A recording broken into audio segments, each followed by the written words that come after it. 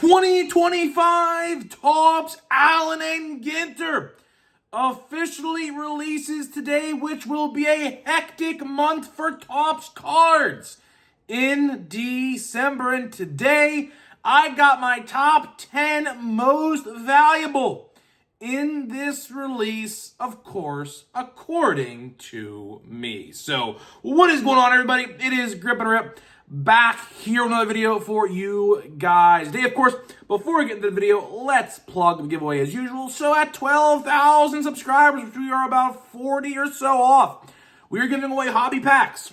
All you gotta do, be subscribed, like this video, turn on the post notifications for all the content you see on the channel, and last but certainly not least, leave a comment in the comment section and down below of your favorite baseball memory of all time. That is right, we will announce the winner at 12,000 subscribers, so there is that. And of course, join the Discord down below in the description of this video and go subscribe to my other YouTube channels. Listen, the Grip and Rip Show, I don't know what day next week, I don't, but definitely not the 10th because I will be going to the card shop that day, hopefully if the weather permits, but I will be going live on the Grip and Rip Show at some point next week with the winter meetings coverage. Of course, the winter meetings is next week. I expect pretty big news for a multiple teams. I think next week's winter meetings will probably be one of the most action-packed winter meetings we have had in quite some time. I think Murakami will end up signing next week somewhere. We'll see. I don't know. But I'm going to be going live someday next week. I think the winter meetings are from the 8th to the 12th, which I'm not going to be going live on Wednesday. Of course, Crumb Update comes out a week from today, so I won't be home for that. But we'll be going live. If there's big news, we'll go live that day. So just stay tuned. I'll get a date once we see what's going on with the news. All right, man. So, of course, another video down in the month of December. So today is pack number 3 of the Advent Calendar. Here we go, Advent Calendar day number 3. It is right here. So let's pop this bad boy open and let's see what we got in today's pack. We have a standard pack. And, of course, as you guys know, my biggest complaints is these packs are super tough to get out of the box. Topps, next year, I hope you can consider probably restructuring the packaging a little bit. I'm going to be completely honest, and I just knocked over a base card or two. Yeah, no biggie. They're just a couple base cards. But anyways, yeah, as you see here, they kind of like staple this down kind of in a way. I'm going to keep an eye out for the conditions of the cards because I just feel like the cards can definitely be damaged by doing that. I mean, they look okay. We have Edgar Quero. We have here our plaid green is going to be Corbin Carroll. Our naughty and nice list will be Paul Skeens. Yes, Paul Skeens. There we go. Paul Skeens. I could have bought this card like 1,000 times on eBay, but I said to myself, you know what? I'm going to pull it before I actually buy it. Yeah, so we pulled it. Pretty cool. Paul Skeens. Pretty cool to get autographed right there, by the way. If I ever saw Paul Skeens in person, which hopefully at Pirates Fest I do, maybe have him sign right here where there's a big blank spot right there. It would be nice for an autograph. Maybe. I don't know. Would I really want him to sign a nice list card? Maybe. I don't know. Griffin Conine and Logan Gilbert for that pack. All right, man. Which, by the way, I think that pack had 6 cards in it, which they advertised 5. But, yeah, I think I got 6 cards in that pack. So we'll keep an eye out to see if maybe tomorrow's pack has 4 cards instead of 5. We'll see. I don't know. That was pretty interesting. Yeah. Anyways, Allen and Ginter time, which I know a lot of you guys probably don't even care about Allen and Ginter, but we're going to cover it anyways. I know a lot of people have been asking, Grip, where is the video talking about the Dutch auction tomorrow? Believe me, the alarms will definitely be sounded in tomorrow's video, so stay tuned for that. I have a lot to say about that. Not a lot of time in this video. But anyways, Allen and Ginter time. Allen and Ginter time. And if you expect me to get Allen and Ginter for tomorrow's video, not going to happen. Not going to happen. there is a snowstorm that has hit our area, and it is literally impossible to leave the house. And yeah, so I cannot get to my card shop, unfortunately. But this weekend, hopefully, I'm going to get some Allen and Ginter. Just a blaster box just to open for you guys. Anyways, we'll go through his top 10 relatively pretty quickly. Because obviously we have a lot to open as well at the end of the video with all the packs and stuff we're going to open. So let's start out number 10. And by the way, comment your top 10 down below. Comment your top 10 down below in the description or comment section of this video. Number 10. We're going to Boston. We're going to Christian Campbell. Christian Campbell, number 10, 229 total at-bats, a 223 average, 6 home runs, 21 RBIs, and a 664 OPS. Didn't have the best rookie year. I'm going to be honest with you. Did not have the greatest rookie season you could have imagined. Started out pretty good. Started out really, really good, but fell off a cliff really, really, really quickly. So we'll see what happens with Campbell. I'll tell you, man, the Red Sox are going to be good next year. I will tell you that right now, right now. The Red Sox are going to be really, really, really good next year. I don't know if Campbell has a spot on the team. Dare I say he gets traded? That would be a pretty crazy scenario. But dare I say Christian Campbell gets traded at the winter meetings next week? Even though he signed an extension with the Red Sox. They have no room for him. The Red Sox have log jams a lot of places. And I'll tell you, when you have log jams, like the outfield as well for the Red Sox, guess what you do? You trade away some pieces. I could see him being traded away next week. We'll see. I don't know. Pretty interesting situation going on there in Boston. Number 9. We're going to one that I have really high hopes for. And that is Griffin Conine, which we just pulled his card in Holiday just a couple seconds ago. Griffin Conine of the Miami Marlins, I put him on this list because I think he is going to be definitely a guy that they build around. And if you've been keeping up with the news and rumors surrounding Major League Baseball, apparently, like the Pirates, the Marlins are also throwing their hand in on a lot of free agents this offseason. So I could see the Marlins being pretty good. I mean, they're only how many games under 500? 6 games, 5 games under 500 this year to wrap the season up. A lot of people had them at a 90-loss pace this year, including myself. So the fact that they played that well, I think they're going to be pretty good next year. I don't know if they'll be wild card good, but they'll be pretty good. Around at least a 500 team. If they add in the offseason, which I think they will do some things next week, good. I mean, I think, a lot of teams that are, terrible that eventually become good, it's good for baseball, like the Pirates. Pirates are willing to spend money this offseason as well. So good. About time.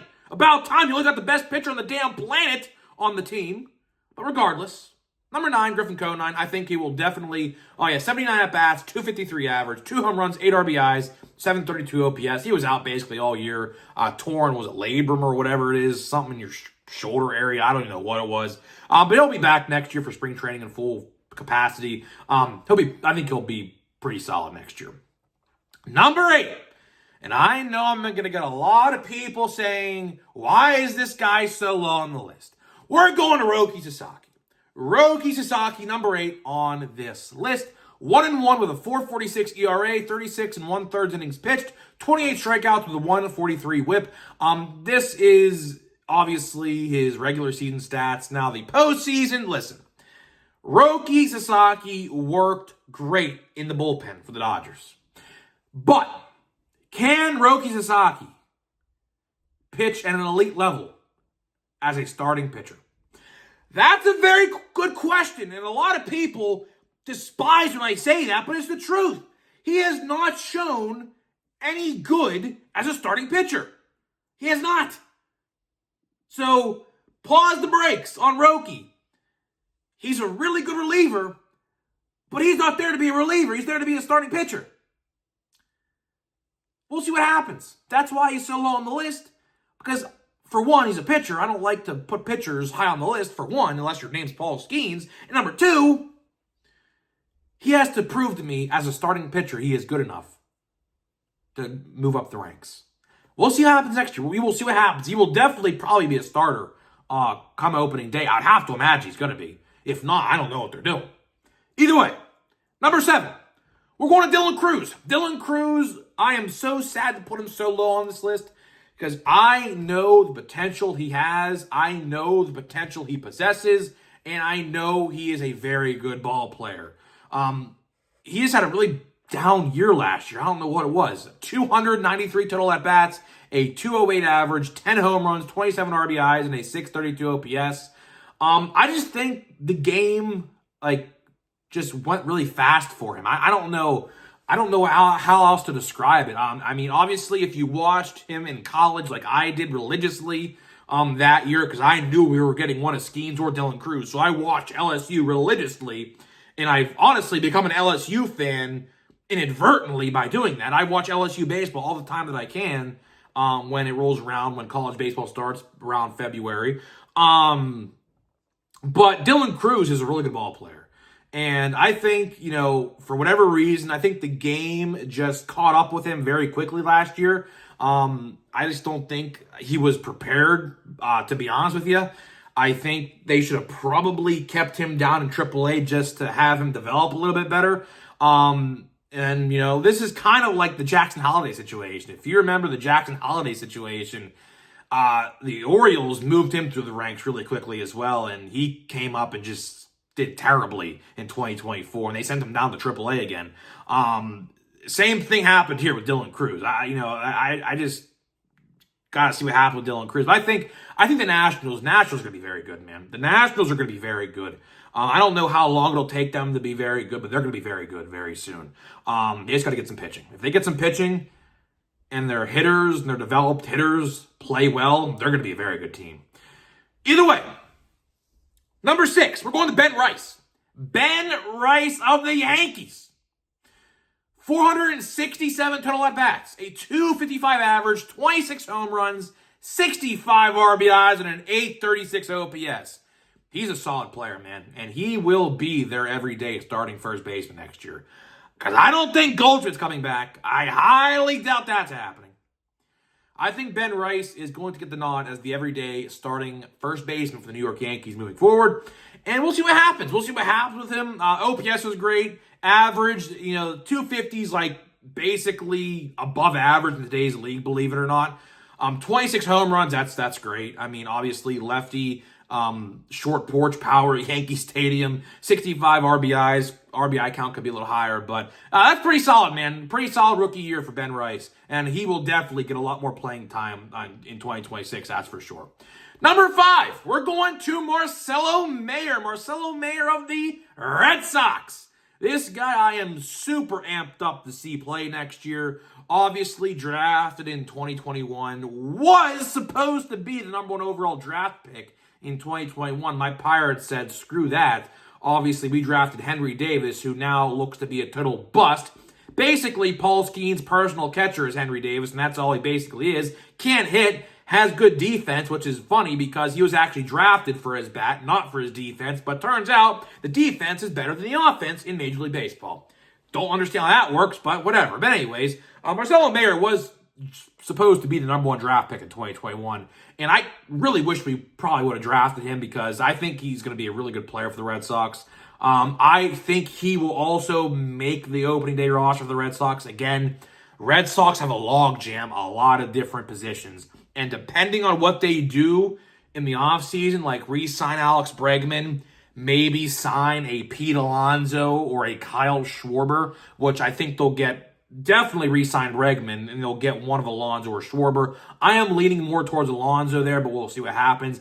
That might happen next week as well. Anyways, Marcelo Mayer, 127 total at-bats, a 228 average, 4 home runs, 10 RBIs, and a 674 OPS. He got hurt and was out the rest of the year after he got called up, a little bit after he got called up. So he's a pretty solid player. I am definitely going to keep an eye on Marcelo Mayer next year and keep an eye on him. Number 4. We're going to the NL Rookie of the Year. We're going to Drake Baldwin. We're going to Drake Baldwin, number 4. Yes, number 4. I know. Rookie of the Year, number 4. Well, yeah, I think, Baldwin is good, but I think there's 3 other guys who are better than him, and you'll see who those 3 are. Baldwin, 405 total at-bats, a 274 average, 19 home runs, 80 RBIs, and an 810 OPS. Rookie of the year, man. What can I say? Rookie of the year. Didn't really have much competition, but regardless, rookie of the year anyways. We'll see what happens next year with the Braves. I think the Braves might be going through a rebuild. Sorry, Atlanta fans. Probably don't want to hear that, but I think the Braves are going to be going through a little bit of a retool. We'll see what happens. I don't really know their farm system too well. I don't really know who's all down there they could use. They might make a splash next week. I think the Braves might make a big splash next week, an unexpected splash for someone next week. We'll see what happens. We'll see what happens. A lot of these teams next week going to put all their poker chips on the table next week. The Braves are definitely probably going to be one of the teams to do that. Number 3, we're going to James Wood. James Wood, number 3, the backbone of the Nationals. If the Nationals succeed, it's going to be because of James Wood. He is going to be the guy that they build around. He is like the nucleus of the entire team. So James Wood, 598 total at-bats, a 256 average, 31 home runs, 94 RBIs, and an 825 OPS. Again, if they can get guys like Dylan Cruz and Robert Hassel to play like this, along with maybe sign a couple guys in free agency and maybe sign a veteran pitcher or two, the Nationals are going to be a good team. I am telling you right now, mark my words. Grip is right about everything. I think this is a slam dunk prediction. I don't know how long it'll take for the Nationals to become good, but I'm telling you right now, the Nationals will become good. At some point this year, next year, or 2028, I am telling you right now, they will be a team you don't want to reckon with, because if Dylan Cruz can get on a roll, if Robert Hassel can get on a roll, if James Wood continues his production, they're going to be pretty good. They're going to be, and their farm system is really good as well. There's a lot of other guys down there that are in AAA and AA right now that are on the precipice of getting called up. Yeah, the Nationals are going to be a scary team in about probably 2 years. So mark my words, I'm telling you. Number 2, we're going to Jacob Wilson. Jacob Wilson was probably my favorite rookie to watch in 2025. Son of Pirates from years past, Jumpin' Jack Wilson. I'll tell you, man, Jacob Wilson was projected to go to the second round in the 2023 draft. I was so hoping that he would have fell down in the second round so that the Pirates would have snatched him up. He would have been, oh man, if Jacob Wilson would have been on the Pirates and we drafted Paul Skeens that same year, oh my Lord, that would have been awesome. But anyways, unfortunately, that didn't happen. Luckily for Athletics fans, it did happen. They got him pretty early. 486 total at-bats, a 311 average, 13 home runs, 63 RBIs, and a 799 OPS. We'll see what happens, man. We will definitely see what happens with Jacob Wilson next year in 2026. Do I think he can repeat this success to that level? Yeah, but it's going to be super difficult. I mean, 311 with an 800 OPS, that's pretty solid. Like, it's going to be really hard for him to replicate that success. So I do expect some regression, a little bit. He'll probably bat around 280 to 290 next year. That's my guess, with about a 780 OPS. That's about what I'll put him at. We'll see. I don't know. He also didn't play a full year this year as well. He only had 486 total at-bats. Typically, your standard major league player gets about 600 total at-bats a year, like James Wood at 598. So he missed about a 5 to 6 week period. I don't know what the injury was. I forget what it was. But yeah, we'll see what happens when he plays a full season. I do think he'll bat around the 285-ish mark next year. We'll see. And obviously, number 1, this one was easy. It's Kurtz. Obviously, Kurtz is the number 1 most valuable. It's not even close. I mean, the two Athletics are easily number 1 and number 2. It's not even close. So anyways, Kurtz had 490 total at-bats, 290 average, 36 home runs, 86 RBIs, and an 1,002 OPS. I mean, you can't get much better than that. I mean, I don't know what's going on with the Oakland Athletics. I'm not going to call them Sacramento. I'm just not calling them that. But I don't know what's going on with them. If you haven't seen, there's some limbo going on with their stadium in Las Vegas. I don't know what's going on with the Oakland Athletics, but we'll see, man. We'll see. They have a very good team coming up, man. Leo DeVries probably going to be playing on their I'd like to say he makes the opening day roster for them, but I don't know. I just don't know. We'll see what happens, though. But anyways, that is it. That's my top 10 for you guys. That is my top 10. Hopefully you guys enjoyed today's video. Let me know your top 10 down below in the description or comments of this video. So we're going to be opening a pack here today of Holiday and NBA Black Friday. So before we do that, let me tell you what the sponsors of today's video first, Smackin' and SeatGeek. Links down below to both brands. Smackin' Sunflower Seeds at 10% off your entire purchase. Link down below. SeatGeek.com, the official ticket marketplace of Major League Baseball. $20 off your first purchase only on SeatGeek.com with my promo code GRIPANDRIP at checkout. All one word. Save $20 off your first purchase. So we'll see you at your event. Mark the calendar. January 24th, Pirates Fest at the David L. Lawrence Convention Center. I will be there. I saw a lot of you guys there last year. You came up and said hi to me. Hope to see you again this year. And I think the vibes will be pretty good, man. Last year's vibes were not good because we knew our team was going to suck. I think the vibes are going to be a little different this year. I think there's going to be some big signings and trades that are going to happen that give us some pretty big-name players. I hope I'm right. I hope I'm going to knock on wood. I hope I'm right. I hope I'm right. Because, man, the Pirates got to act now. They have to act now with Paul Skeens on the team. They got to do it. Any smart owner would do that, and I hope it happens. We have Ohtani. This is the same pack collation as yesterday, and Betts, literally, Roki would be right before that. Ozzy Albies. We have Rhett Lauder. We have Nolan Arenado, who I think is absolutely going to be traded, no doubt about it. Nolan Shanuel, and we got a relic. We did not get a autograph or a parallel. It's a good one. We just talked about him. Jacob Wilson. How about that? Jacob Wilson, a green Christmassy patch. Pretty cool, man. There it is. I like that card. We have a George Kirby gray glitter as well. Pretty cool, man. I like it. This is one of the ones you're going to want to get. Obviously, nice Christmas colors. Definitely would not grade a 10. The corner here, the paint chipping on the little bit of a corner there. But, yeah, man, pretty cool. I'll take it. I will take it. So, obviously, out of all the rookie relics you want to get, that is, I literally just said his name at number 2. So, that's one of the ones you definitely want to get. All right, man, NBA time. Let's pull a numbered card, please. Please, let's pull a numbered card. We have like 1, 2, 3. We have 6 packs left, so we still have quite a bit of the box left after this. I'm going to try to see if I can get another one of these, if I can. They're like basically sitting all over the place at Targets, which is crazy, by the way.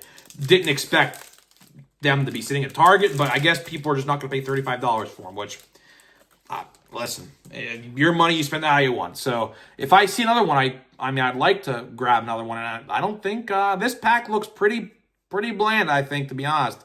I don't think we got another one of those. I don't think we have another one of those Black Friday cards in here. I don't see one. Crazy.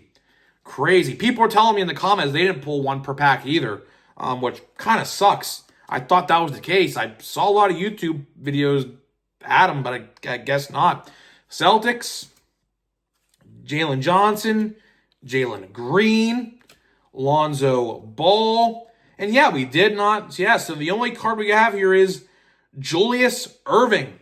So yeah, we did not pull another one of the Black Friday special cards. So Carmelo Anthony, Bernard King, Manu Ginobili, I definitely pronounced his name wrong, and Kaham Mullick, definitely pronounced his name wrong as well. So anyways, that's all I got for you, man. That is all I got for you, so stay tuned. Listen, man, we have a ton of things to open in December. I will tell you right now, the amount of cards we're going to be opening in December, from Holiday to NBA to Allen and Ginter to Chrome Update next week to Archives next week to maybe Heritage High Number the week after to Marvel Cinematic Universe Chrome 2 days before Christmas.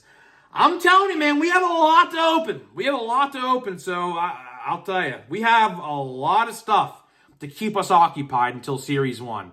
Obviously, we're not going to open everything this month. We're going to get all the releases. We're not going to open it all this month. Just simply because I need things to open in January and part of February, which should not be an issue at all. Should not be an issue at all because obviously if you haven't heard if you haven't been living under a rock, Stadium Club and it looks like Bowman Draft are both releasing in January. So we'll have some things to open in January as well. So the road to Series 1 is looking lined up how I would imagine it. So anyways, and Series 1 information should be coming out in the next, I'm going to say about 5 weeks. We're about 4 or 5 weeks away from Series 1 news, by the way, too. So, yeah. So, all right, it's going to ramp up. It's going to start ramping up here very quickly. Either way, man, that's all I got for you. That's all I got for today in this video. Hopefully you guys enjoyed today's video. Let me know your top 10 down below. And I'll see you guys in the next one.